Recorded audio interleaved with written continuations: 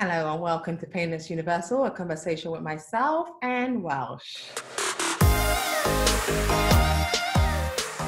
Today's guest is Jemima Sara. I'm extremely inspired to talk to Jemima Sara. I mean, she has turned her negativity from mental breakdown to something really positive.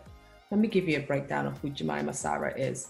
She's built a brand, and the idea behind Jemima Sara is to inspire everyone to have a voice and get education through inspiring and informing individuals to love themselves and break the stigma of mental illness.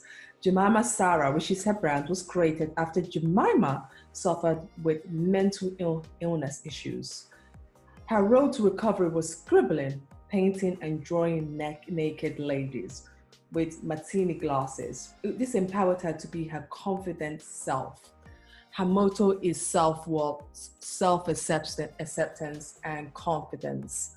Jemima wants to raise awareness for mental health and mental illnesses by creating fashion collection, artwork, and running workshops and talks.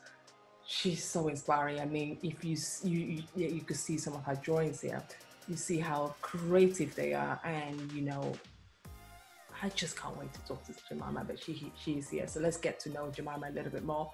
Meet Jemima.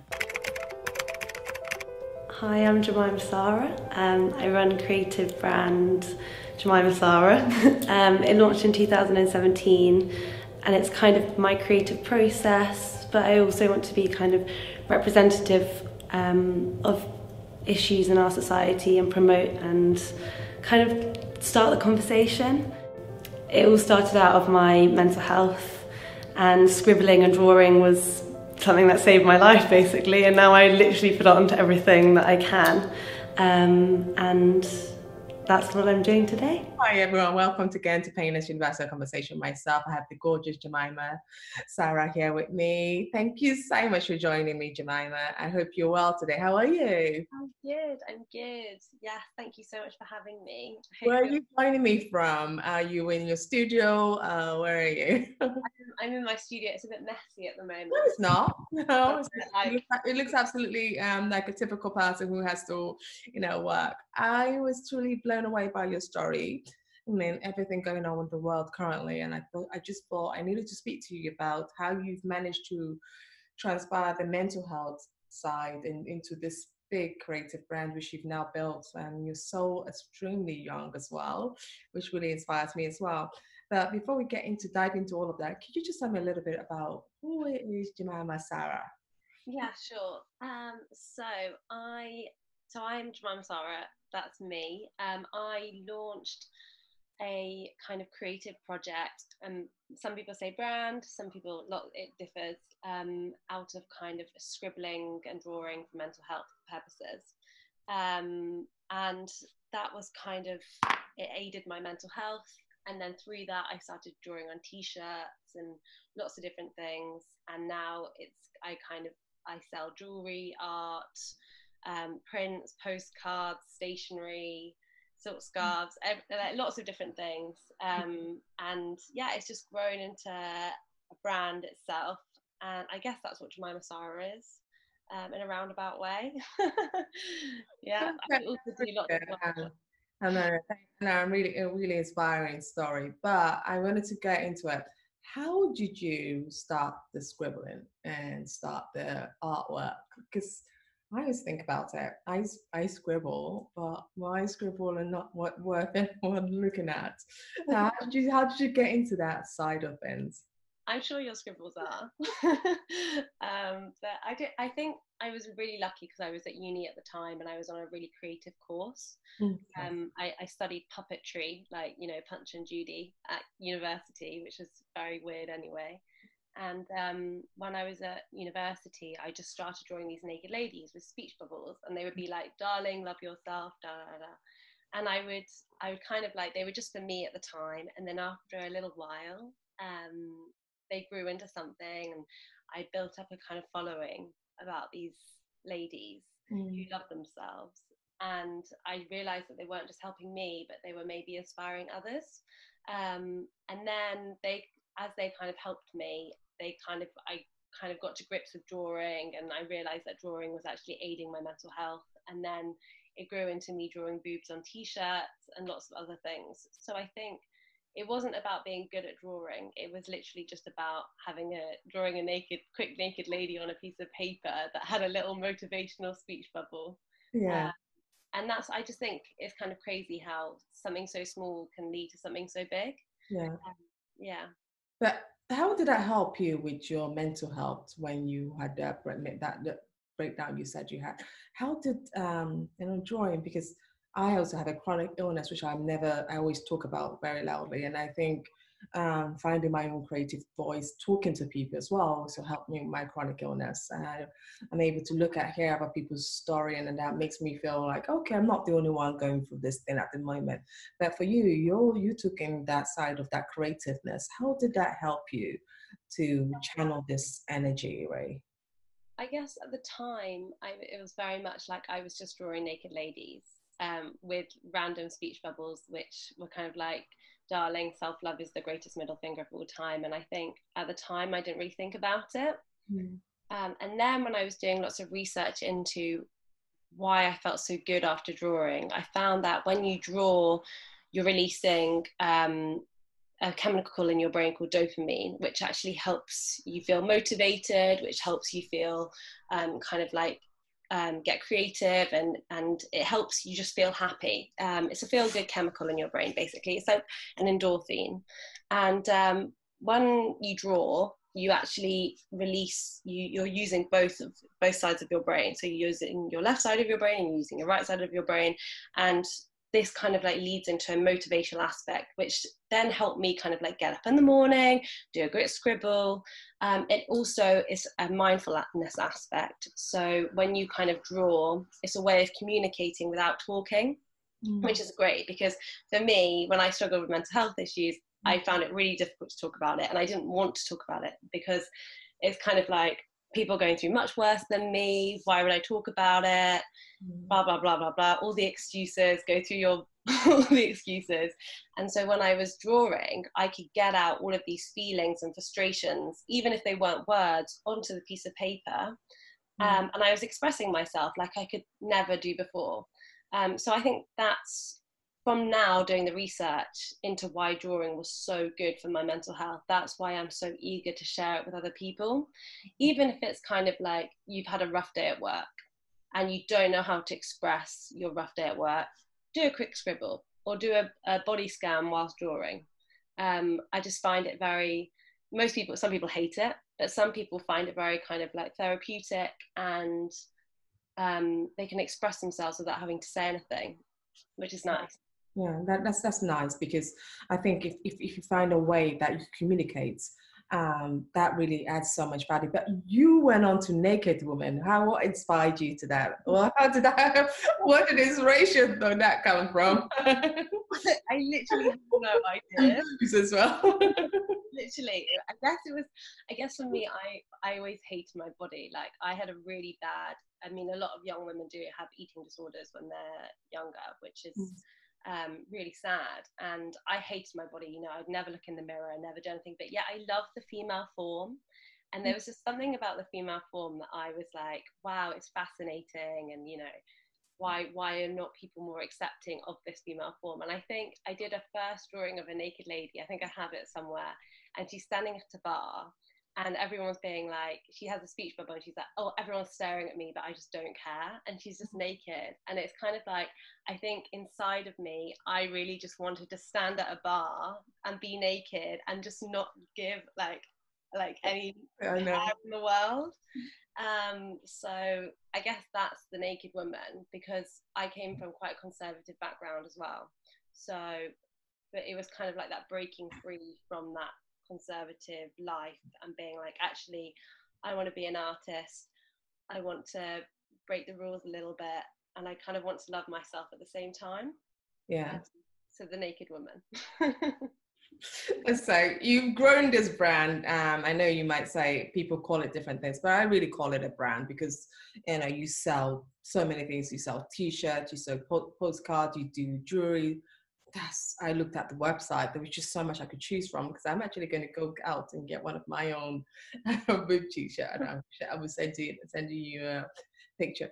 How did you take a hobby, something that started out of, trying to relieve yourself from the mental health stress, into something that you said, okay, I probably could start selling this out to people, whoever is interested. How did you move from that to that? And how did you still was able to continue what you originally started from? You started it to help you relieve yourself from all the mental issues you were having. So did you maintain that? I always get confused because you've done so well with this. It's hard. People always ask me that. They're like, so because you run a business, Yeah, and the business is about drawing, mm-hmm. how can you still find that helpful? Does it not get stressful? And I'm like, if I'm completely honest, I'd be lying if sometimes I'm drawing and I'm like, this actually is making me feel worse than feeling better, because it's a process. I think sometimes I've just got to bring myself back to basics. And when I feel like things are getting too complicated, then I'm like, okay, something's not right here. Something isn't fitting, and why am I getting so stressed out by this? And sometimes I have people that point it out for me. So sometimes my friend or my boyfriend is like, you're getting really stressed out by this, and you're actually supposed to be enjoying it. And then I'm like, actually, yeah, you're right. That's not the right thing. But how I guess I took it from a hobby to a business, in the sense that I was in my third year at uni, and it was very much like, what are you going to do with your life? What's your next 5 years going to be? And I just didn't know. When I went into uni, and I wanted to be an actress, but that didn't work out. And I also wanted to do something creative, but I didn't know what. Because I was drawing and I was giving t-shirts away to my friends with boobs on them, I just thought, okay, I'm going to launch a couple of t-shirts, a couple of postcards, and a couple of prints, and see how that goes. And then just one thing led to another. It was very much kind of like, okay, I'm going to launch a couple more t-shirts. I'm going to work with this company. I'm going to do this. I'm just going to reach out to people. I think the biggest thing for me is that I'm actually jealous of the person I was, because I was so naive. I was very much like, I can work with these people, even though they're huge, because who wouldn't want to work with an artist? Yeah. And I think because I was so naive, it actually got me further. And now I'm less naive, in the sense that I've gone through all the processes. I've worked with some of the big companies. I'm now a little bit afraid to put myself out there, as I was a little bit when I was more naive. Yeah. And I think naivety was my greatest strength, believe it or not. And now I always say to people, like, people always ask, how did you get from a hobby to a business? And I'm like, well, you've literally just got to just do it. Like there's no date for anything. There never will be a date for anything, if that makes sense. It's just about putting your cards down, even if you get no response at all. Yeah. No, that's really true. It's true. You just have to go for it, and just you can't really. I think sometimes we so much in our fear. We think we're always worried about what people would say, what people would do, that we just forget that sometimes it's the people who make it that far, the bravest one, and you just get. And then that's why people ask, "How did you get that far?" You just have no sense of fear. And but you've built this brand. It's really successful now, and it's really doing well. What have been your exciting collaborations you've had with other organizations that you could share with us? If you're signing up, if there's not, it's fine. But sure, of course. I've had many. This is a lovely one. Thank you for having me on here. Thank you. I think it depends. Every year I look, it seems different. In my first year, I worked with the South Bank for their Women of the World Festival, which was really cool. And I was really unexpecting that. But I think my really lovely one, which has been ongoing for a couple of years, has been with a small perfumery called Miller Harris, and they're a sustainable perfume brand. And with them, I met this lovely man called Umar in one of their shops on Monmouth Street, and he introduced me to their stuff, and we did a pop-up together, and I met their CEO. And then one thing led to another, and they asked me to produce some paintings for their shop. And then it kind of, and then we did more pop-ups, and it just kind of went on from there. And that was just a beautiful collaboration, because it really showed to me that when you build a relationship with someone, whether it be business or just as an artist, you can do so many different things. I think it really showed me that when you work with an organization, it doesn't have to be to just one thing, and you don't have to just sell one thing. It can be like, okay, let's make art for your walls, or, you know, let's do an event together, or, and it can literally be anything. And I think that was a beautiful collaboration that's still going on. There's been many different things I'm really grateful for, to be honest. Yeah. Now, Jemima, so anyone who's going through mental health issues right now and, you know, listening to this conversation would be very inspired by it. One of the things they might also want to do, you know, do what you've done. What advice would you give someone who's going through a mental health challenge and also want to, you know, do something with their life, build a business? What advice would you give them? I think it's hard because everyone's different and everyone's gone through different things. I'd probably say, first of all, be brave. Talk to someone if you can, if you have the capacity to talk already to someone, or talk to someone that you don't know. Just call like the Samaritans, just even like business advice sometimes, just call them and talk to someone. And if you want to start something for yourself, I think it's just all about being patient. If you don't have the resources, I didn't have many resources available to me.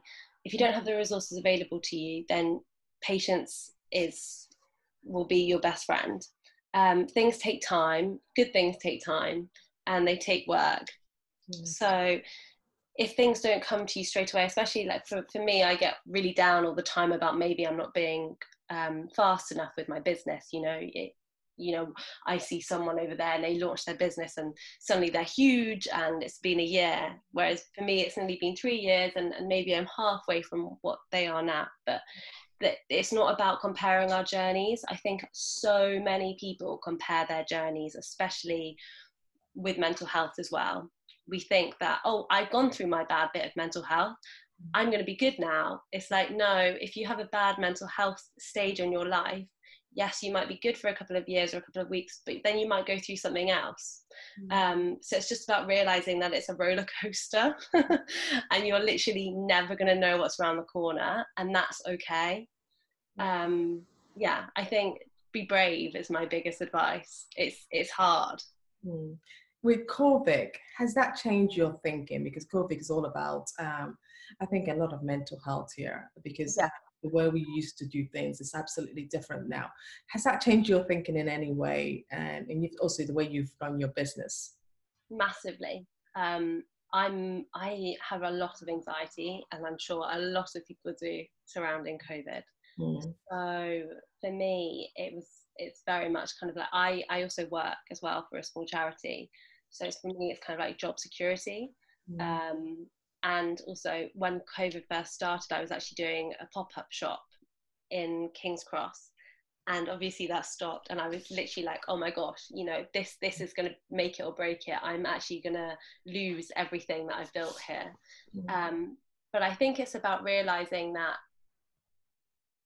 it's that anxiety in our heads. You know, when the time comes, we will get through it, whatever happens. Like, as I know it's horrible to say, but life does go on. You will get past this horrible stage. Even if it might like break you down, but it might build you into something so much more beautiful. So it's just about realizing that maybe you're going to get broken down and it will be very painful, but you will get built back up again, and life does go on, and every single hurdle you come to, you will kind of get over it, and you'll look back and you'll be like, oh my god, how did I get over that hurdle? Like, what? But yeah, I think COVID is that. I think in kind of 10 years time, we'll all look back and we'll be like, how the hell did we all get over that hurdle? Absolutely. But I think it's just we face everything as time comes to us. I mean, I remember when the pubs and stuff were reopening, and people were saying to me, like, how are we going to do this and how are we going to do that, and now it's kind of like, well, we did that because we met the hurdle, we went over the hurdle, and we're working towards something else. So I think it's just about seeing it in that aspect or angle. Final question is that I love your collection, and anyone out there who loves your collection, what's the plan for your new collection? What do you have in stock, and where could people go find those stuff? Thank you. So my new collection is actually based on COVID, and it's called, Nice. yeah, I know. It's called I Can't Get Out of Myself collection. So it's kind of like I can't get out of my head kind of thing. And it's going to be a mixture of silk scarves, t-shirts, prints, and lots of different things. And you can find them on my website, Wolf and Badger, lots of different places. You can find all my stockists on my website as well. Oh, wonderful. We'll be looking out for you.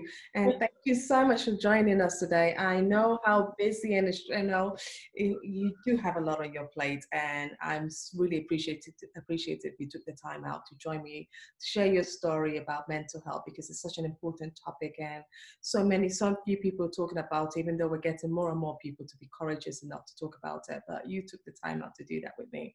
Absolutely delighted. Thank you so much, Jemima Sara. Thank you. Thank you so much for having me. I wish you a lovely day. Whatever you're doing this afternoon for the rest of the day, I wish you a lovely day. Thank you. Thank you.